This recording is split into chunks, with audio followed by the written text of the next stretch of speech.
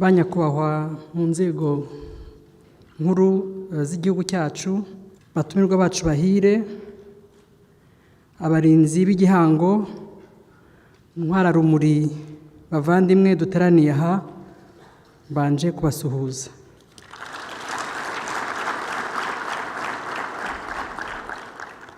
Munyemerere nshimire mu izina rya bagenzi banjye abongeye kutwitabira ubutumire bwacu ngarukamwaka.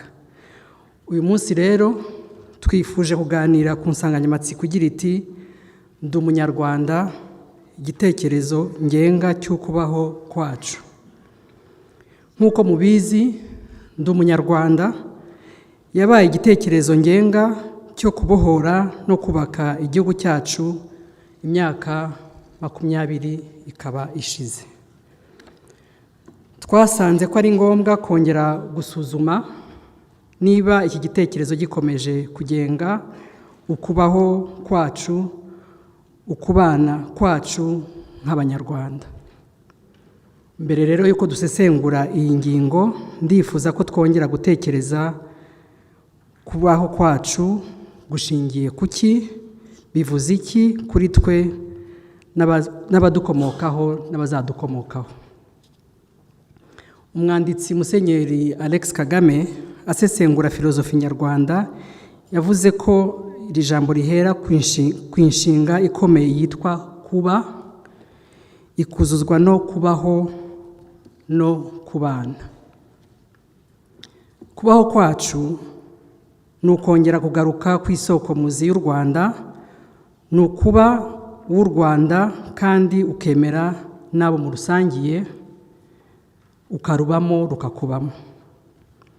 Ukubaho kwacu kandi gushingiye ku nyabutatu no ku mahitamo nyabutatu ariyo ubumwe, kuzuza inshingano no kureba kure. Ibi bigashingira kandi ku itegeko nshinga, ari ryo tegeko rikuru ry'igihugu cyacu ritwibutsa iteka iby'ingenzi bikurikira. Nyuma ya Jenoside twiyemeje kurwanya ingengabitekerezo yayo n'ibindi byose byabangamira abanyarwanda, gukomeza ubumwe bw'abanyarwanda nk'inkingi ikomeye y'iterambere ryacu, kuvoma mu mateka yacu imigenzereze n'imitekerereze myiza yadufasha, hanyuma no gukomera ku rurimi ruduhuza n'umuco wacu uturanga. Naho kwibagirwa rero kandi ko kubaho kwacu bishingira ku kugira igihugu, ariyo nation, kandi gihamye.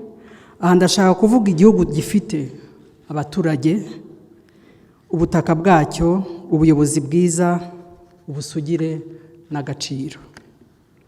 Igihugu kandi gifite icyerekezo cyita ku bukungu, imibereho myiza n'ubuyobozi bushingiye ku munyarwanda. Ibi byose tukabikorana ubwenge, tubishyizeho umutima n'amaboko yacu nk'uko indirimbo y'igihugu cyacu ibitwibutsa, maze ubunyarwanda bukaba ku isonga. Duhereye rero kuri ibi by'ingenzi biranga ukubaho kwacu, twasanze ari ngombwa kongera kwibaza niba koko ndi umunyarwanda ikomeza kuba igitekerezo tugenderaho mu buzima bwacu bwa buri gihe, twe ubwacu, mu miryango yacu tuvukamo, aho dutuye, aho dukora n'uburyo twuzuza inshingano dushinzwe. Ese turasanga turi ishusho koko y'umunyarwanda? Ese igipimo turiho turacyunganira dute ngo tukizamure muri twe no mu bo tuyobora?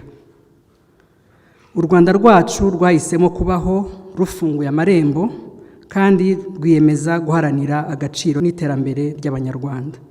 Ndi umunyarwanda twahisemo iduha igisobanuro n'ingufu zo kuba igihugu kitavugirwamo, kitavogerwa kandi kigendera ku iterambere twiyemeje.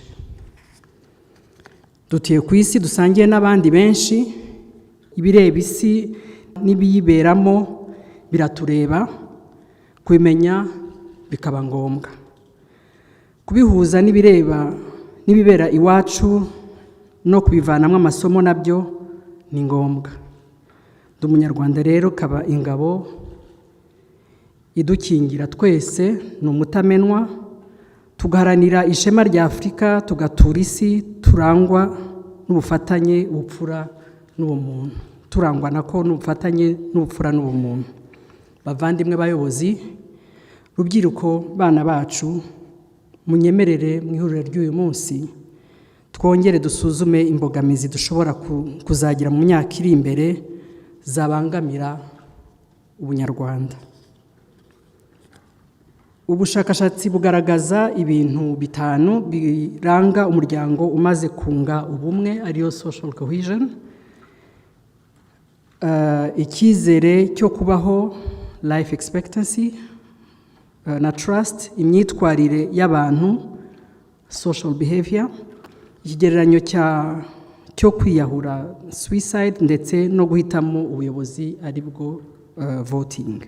Muri ibi bitanu rero ndifuza kugaruka ku bintu bitatu gusa: icyizere, imyitwarire y'abantu ndetse no kwiyahura, ariko byo tukabirebera cyane mu kibazo Kigali cy'ihungabana tubona nyuma ya jenoside. Duteraniye hano turi abayobozi ba none n'ejo, kuko tufitemo n'urubyiruko. Buri wese mu rwego ariho afite inshingano ahabwa n'umurimo akora. Uyu mwanya rero twongere twibaze niba uko turi, uko tubayeho, uko tubanye biri mu murongo ukwiriye u Rwanda. Iyo urebye ishusho y'uko abaturage babona imiyoborere n'imitangire ya serivisi mu nzego zibegereye, usanga bagaragaza ko mu byiciro by'imibereho bizeye cyane inzego z'umutekano kurusha izindi zose. Iki rero twakwigira iki kuri uru rwego? Iyo utekereje usanga ndi umunyarwanda iba mu mahame ngenga y'imikorere n'imibereho y'uru rwego.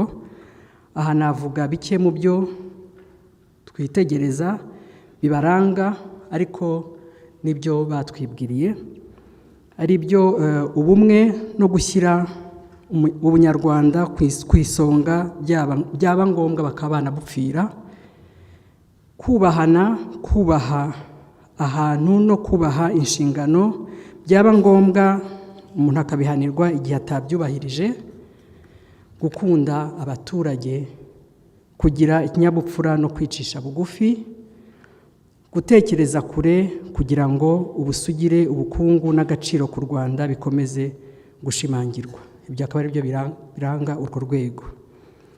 Haba naboneraho kuba nasaba yuko twaborohereza kugira ngo ntitukabashore mu bibavana mu nzira zo kurinda nyine iki gihugu. Mwarabibonye ko bafite umwanya uhagije batwunganira no mu iterambere cyane.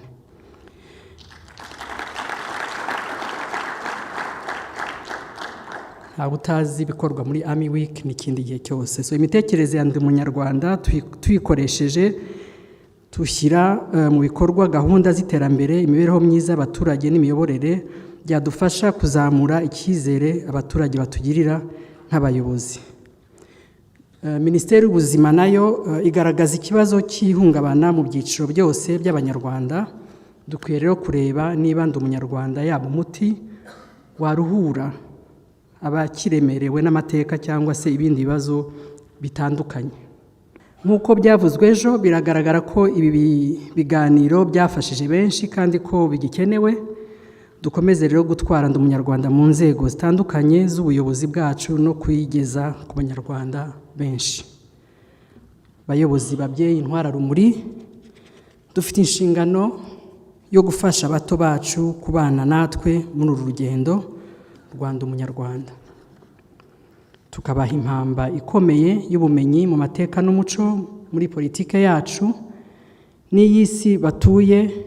Niwo murage ukwiye gukomeza u Rwanda, kandi ntawakwirengagiza ko iyo abantu batekanye batekereza ibindi bibateza imbere. Ngira ngo n'iyo nshingano turayifite yo kugira ngo dutange uwo murage mwiza. Ubushakashatsi rero bwa Sena butugaragariza ko tuzakomeza guhura n'ikibazo cy'abapfobya n'abahakana jenoside. Ese ndi umunyarwanda iradufasha ite kurera abana bacu ku buryo bazakomeza kubumbatira ubumwe bwacu no kurwanya abadusubiza inyuma? Ndizera ko mu biganiro tuza kuhabwa ndetse no mu matsinda tuza kuganira birenze ibi ku byashobora kubangamira ubunyarwanda mu gihe kizaza n'uburyo bwiza bwo kubikumira. Mbere yo gusoza rero nagira ngo nshimire Komisiyo y'Ubumwe bw'Igihugu n'Ubwiyunge duhora dufatanya muri iyi gahunda. Dushimire kandi abaza kutuganiza kuri uyu munsi, mbasabe ko mwaza kudufasha gufata ingamba zifatika. Bibikanyibutsa ejo abatuganiriye harimo Perezida wa Sena na Speaker batubwiye ibintu byiza bubakiye ku ndirimbo ebyiri, imwe ya Cyprien n'indi ya Makurata. Perezida wa Sena yavuze kuri iyo ndirimbo ya Cyprien yitwa ngira ngo ni umuco wacu. Yarangije avuga ati nanjye ntamirije ndi umunyarwanda, nsanga mberewe kandi nsanga nta kamba ribisumba. Maze Speaker nawe muri indirimbo ya Immaculée arangiza avuga ngo igihatse byose ni u Rwanda rwacu turakaruhorana.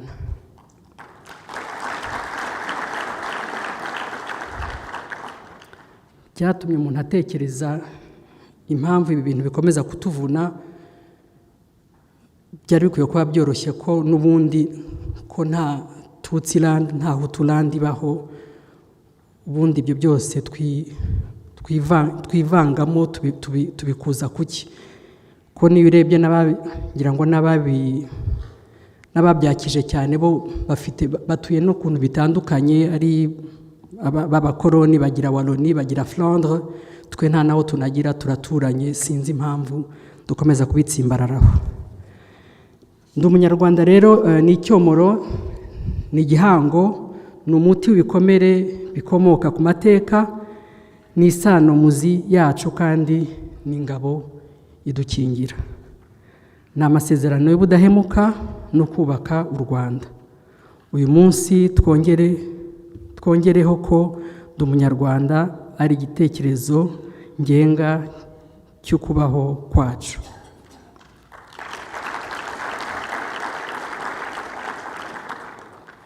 Nasoza nongera mvuga nti intego dutanga nk'uko umuhanzi yabivuze ni ukugira u Rwanda rutatse ituze n'amahoro adakuka menshi, tukarugira ikirezi kirera abanyarwanda n'abanyamahanga bakarutanaga.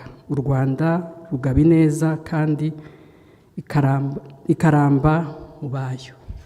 Murakoze, mugire umunsi mwiza.